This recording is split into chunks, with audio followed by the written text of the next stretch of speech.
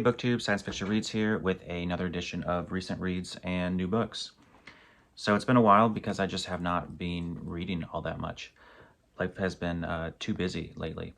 So I just waited until I'd read enough to talk about, and the new books are kind of piling up.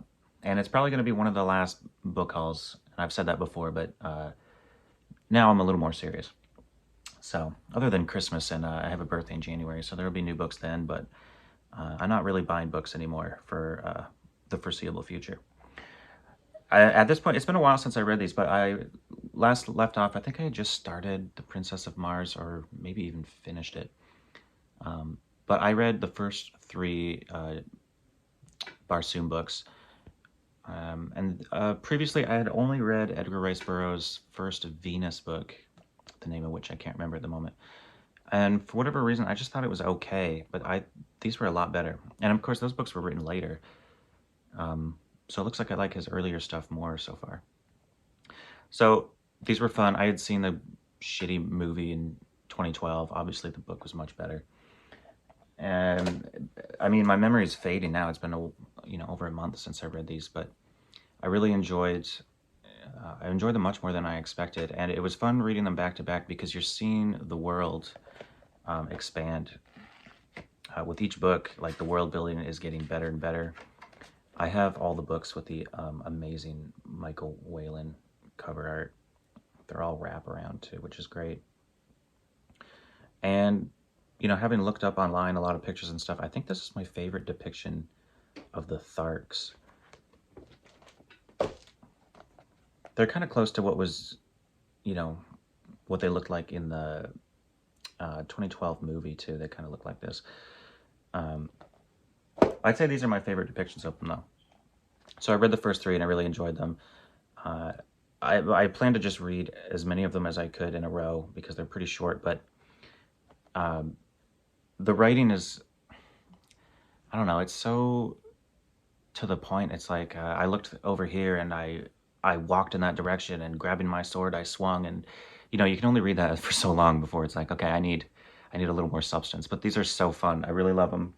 And I was not aware that it's really only the first three that star John Carter. I think he pops up, well, I know he pops up a lot in the rest of the novels. There might be another one or two where he's basically the main character, but before this, my assumption was they're all John Carter of Mars stories, but they're not. They're his descendants and other people. So that's cool. I really like these. I'll probably pick one up from time to time. Although I say that, who knows? But they were fun, and I enjoyed them a lot more than I expected. I think I gave them all like a 4 out of 5 because they were fun. The lore and the world building was just really fun to read. So maybe next time I'll read another batch of 2 or 3 in a row. So then I got on to someone I've been putting off for a long time, and I read this person because of my recent love with Lee Brackett's stuff. And that's C.L. Moore, who was her friend, and C.L. Moore was publishing stories earlier on, so she was an influence on Brackett, and you can easily tell from reading this.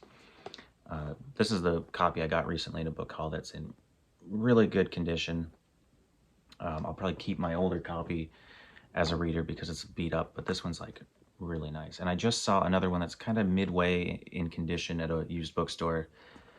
I should have grabbed it. It was only $5, but I left it there. These were really good. Steve, the Outlaw Bookseller, kept telling me, if you like Lee Brackett, check out C.L. Moore. And she is like a cut above in terms of quality with her prose. It's so good. These were all from the 30s and 40s. Shambleau was the first one, her first published story, which introduced the character Northwest Smith. And she has 2 characters that are well known, which is her Northwest Smith stories and her Jarell of Jory stories. And those stories are my favorite. I haven't read all the Northwest Smith, but I have finished all the Jarell of Jory stories. But some other stuff in here. Black Thirst is the second story, and that was a Northwest Smith. And he's got to be like the inspiration for all like Han Solo archetype characters. Like, Northwest Smith is Han Solo. He's just like this gruff. You don't really know what his business is. He's obviously in some sort of illegal business, like smuggling weapons and stuff. And it's cool that like she'll mention in the story like what he's doing um, in this location is not important to us. Just it's enough to know that it's risky business, and we'll leave it at that. And then we just follow him along as he um, falls into these traps with these like cosmic horrors. It's very H.P. Lovecraft, and I've not read much H.P. Lovecraft, but that was the feeling I got. And I looked into it online, and yeah, it's other people have described a lot of C.L. Moore's stuff as kind of cosmic horror, and it was really cool. So, The Bright Illusions was another one from 34. This was just a standalone story. This was really cool. I've not read something like this from so early on. This guy is just wandering through the desert, and he comes across all these dead bodies and like this giant luminescent sphere sitting in the desert, and he touches it, it sucks him in. It takes him to an alternate dimension where it basically has a mission for him. It takes him to this weird planet in another dimension with totally different physics, and basically tells him, look, this planet is ruled by a god.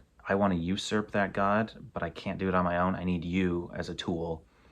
I'm going to transform you into a creature that can comprehend the laws of physics and just the visuals that you're going to see on this planet. And I'm going to use you to accomplish this goal for me, and then I'll send you back to your own realm. And it was just so cool. A lot of her stories involve like the characters falling in love with someone, and there's an alien romance in that story. And I can see why Moore was recommended to me based on my love of Brackett, because Brackett's characters often end up either severely depressed or dead, and that happens a lot with C.L. Moore's characters. And I don't know why I like those stories so much. I guess because you don't come across that stuff so much. And she's well known also for the story Vintage Season, which is the last one in this collection. Steve the Outlaw Bookseller just did a video on C.L. Moore and really talked about Vintage Season, so you should check that out. It's a time travel story. It's also really bleak and really well written. What else can I say? I'll have more to say about her shortly. Or actually, I guess right now, because after that, before I even finished that, I went online and I bought all the Jarell of Jory. I don't know, I didn't. I bought this, but I bought all the Golden Age masterworks that were published by Moore, or published of Moore's work, which I think there's only 4. This is the only one that's arrived in the mail so far, and I've already read it. It's all 6 Jarell of Jory stories, and they are sword and sorcery. I have not read a lot of sword and sorcery, but I absolutely love this. It's one of my favorite books. It's just a collection of the 6 stories. Lots of cosmic horror. Probably my favorite would be the very first one, Black God's Kiss, where she's like the leader of a small kingdom in medieval France, but this is probably a dimension a little adjacent to ours. It's mostly similar, except there's magic. But it seems like a lot of different realms are brushing up against each other and can influence one another. And Jarell, who's like this, she's kind of like an anti-hero. She's not a great person. She's a leader of men. She treats them like shit, yet they love her. And she often gets the job done on her own. Well, she always gets the job done on her own. But, you know, she's basically an outlaw, like a warrior queen, who finds herself in these situations where she's dealing with something otherworldly. She's often whisked away to other dimensions and has to fight to survive.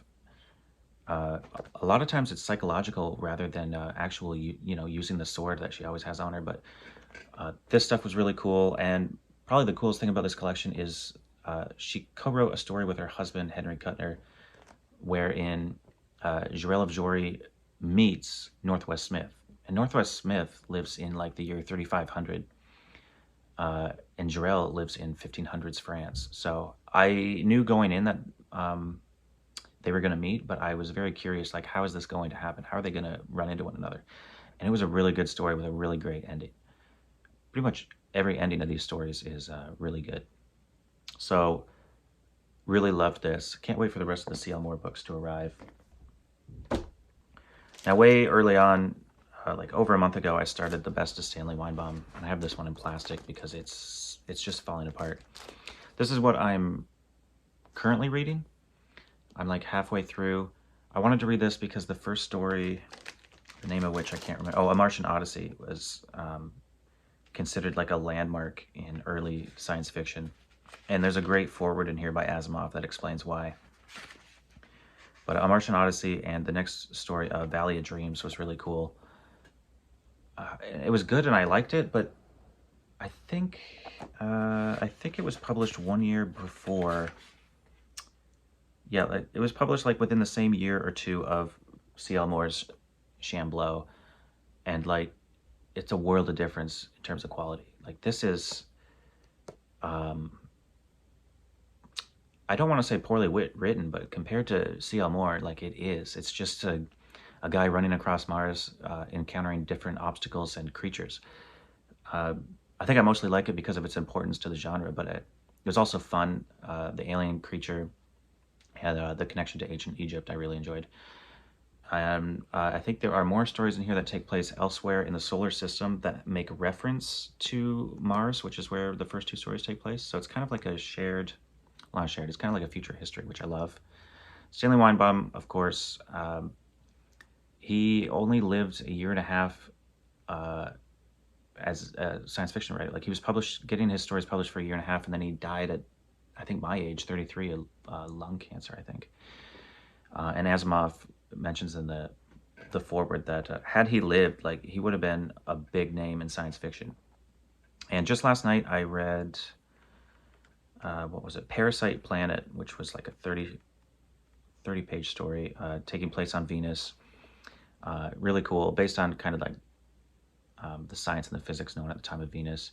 Takes place in like the Goldilocks zone, like the ring around, there's a dark side and there's a side constantly facing the sun on this Venus, and the story takes place in that ring. Lots of cool creatures, interesting like world building, and it was just fun. No hint that it was connected to the first two stories that take place in Mars, but I'm looking forward to the next ones. So I'm slowly reading this between other stuff.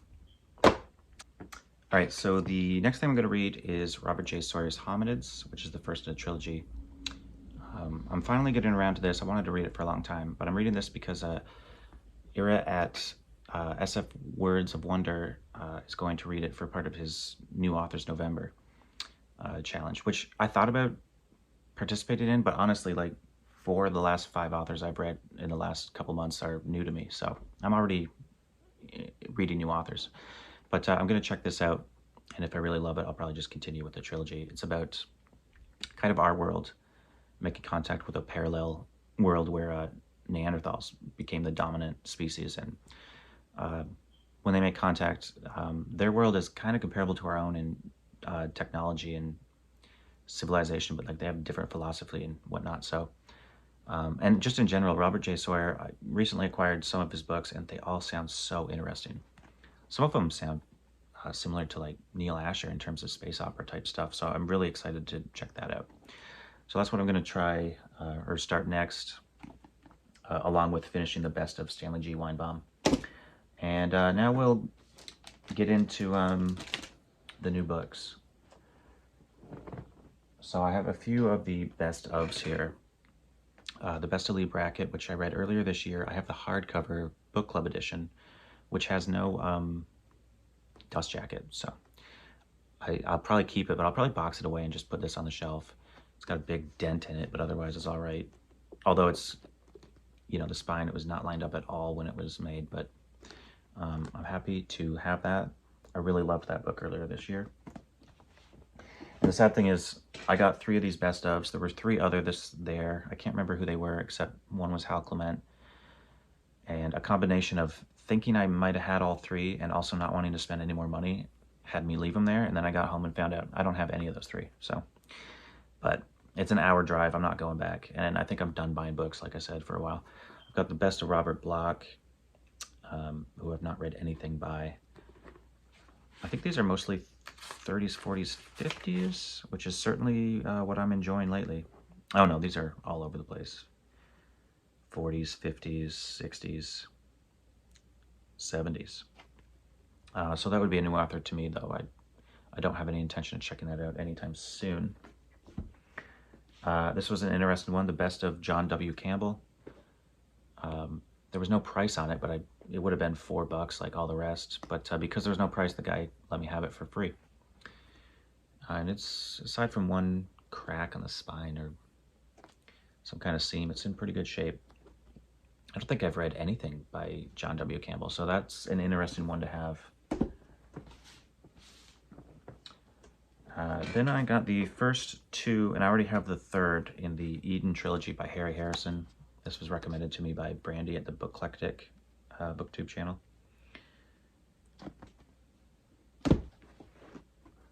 And Winter in Eden. These sound interesting, especially the world building aspect, so I'm excited to check these out.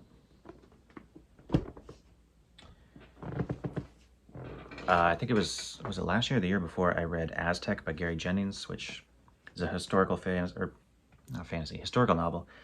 Not science fiction at all, and neither is this, but it's The Journeyer by Gary Jennings. I have like a beat up paperback, which I've gotten rid of now because I have this. And this is just the story of Marco Polo. I don't know when I'll get to this, but I absolutely loved Aztec, so it's cool to have this.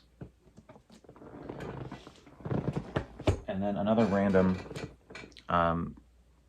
this is kind of like letters and memoirs of sorts by of Robert A. Heinlein, edited by his wife. I have over 50 paperbacks of Heinlein, all boxed up. None of them are on the shelf because I've never read a thing by him. It's weird, I know. I've never had an urge to check him out. Eventually I will. And whether or not I like him is totally up for debate. But this was $1, so I had to pick it up because it's in great shape. And if I end up really loving his stuff, I'll be happy to have it. Otherwise, I'll pass it on. Okay, I have Star by C.I. DeFontenay. And the reason this is, I've been looking for this for a long time. I finally acquired it because the website, which is local to me, the bookstore on Pluto, had it. So this is interesting because it was actually originally published in 1854. And then it was translated, I guess, in 75 by P.J. Sokolowski. It's got cool cover art by George Barr. But, what did I say, 1854? Yeah. And I can't remember, is this a... Certainly it's interstellar. It's a space opera. Like, it's got to be one of the first space opera ever written. Not that, you know, the genre existed at the time, but I'm very, very curious about checking this one out. These next few all came from Norm at the bookstore on Pluto. I got a much better copy of Ringworld in that livery that I've been collecting. Pretty sure I have all of them now. This one's just got a much better spine. Again, like, it's not actually cracked. It just has like a weird wrinkle in it, but much better condition. So that collection is complete. I got a novel by William Tenn. I thought this was short stories because I wanted to check out his short stories, but it's actually a novel. And it kind of reminds me of, just from the synopsis, what's his name? Colin Wilson's Spider World, where you've got just these, you know, not many people left living, just small bands of people with like just crazy insects and monsters roaming the planet. What year was that? This is from 68. Well, this printing 75, but written in 68. I don't know. Nesfa Press has two collections of his short stories that just have always appealed to me, but they're too expensive. I got a very early Mike Resnick, Pursuit on Ganymede. This is a Sword and Sorcery. And it is part of a 2-book series. I think it might be the second one. Now, maybe it's the first. I know there's another one It's super short, 144 pages, from 1968. But I certainly have not read any Sword and Sorcery from Michael Resnick, so that's going to be interesting. Then George Zabowski's The Star Web. I can't remember what this is about. It's one of those cool laser books.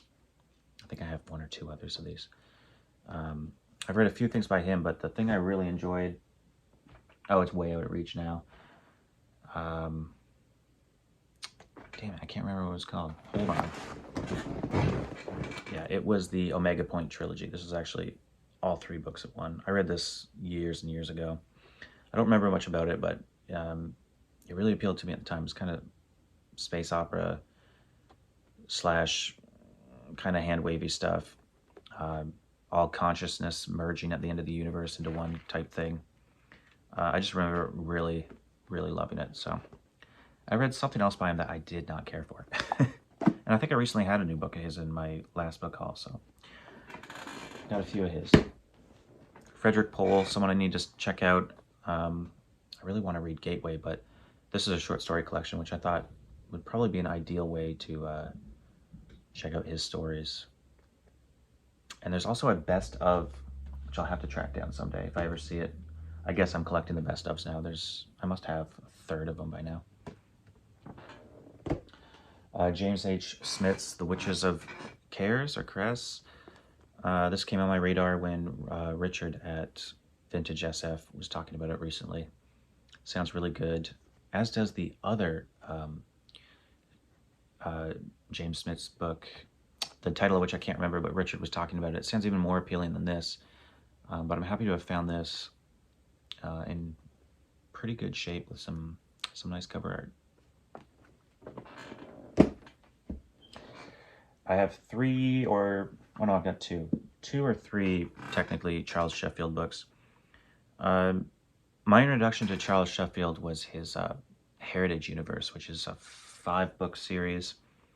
It's a blend of space opera, hard SF, and very light humor. Any more humor in those books and it would have turned me off, but I really enjoyed them.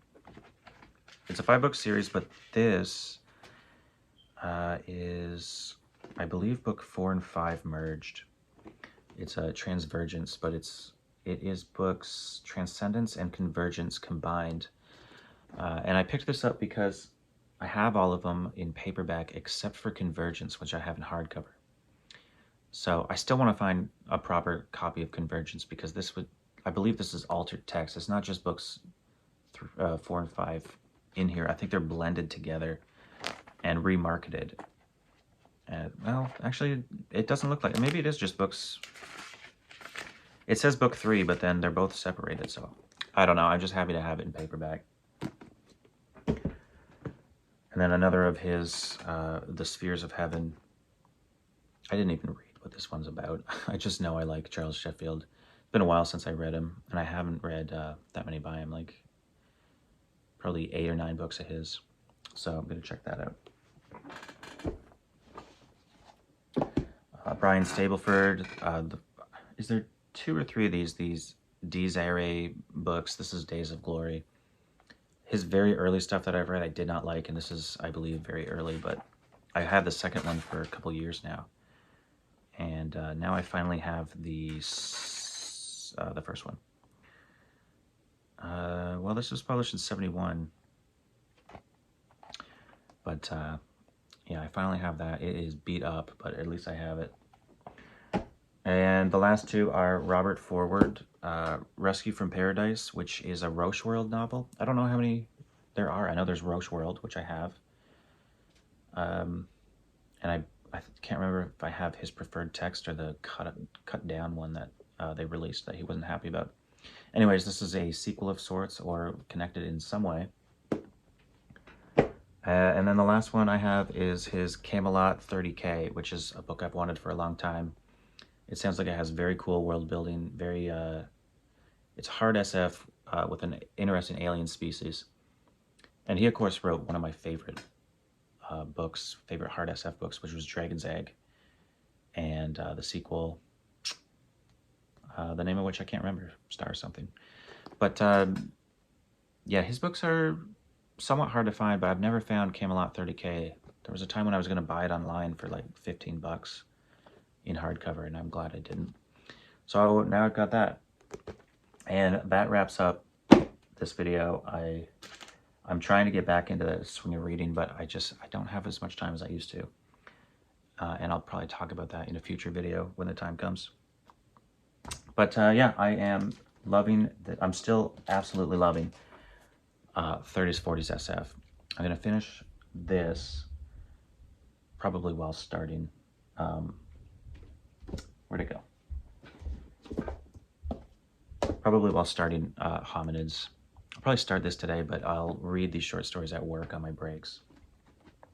And we'll go from there.